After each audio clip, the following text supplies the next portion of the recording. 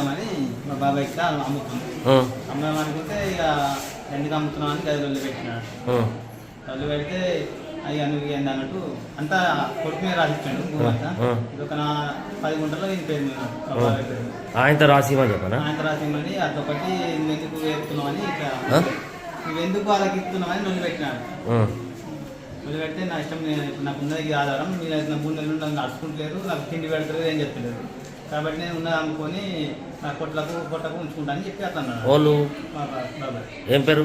కట్టుకున్నారు. ఓకే. పొడిచింది ఎవరు? అలా కొడుకు ఇంకా ఇంకొక ఫ్రెండ్, ఇంకొక కొడుకు ఫ్రెండ్.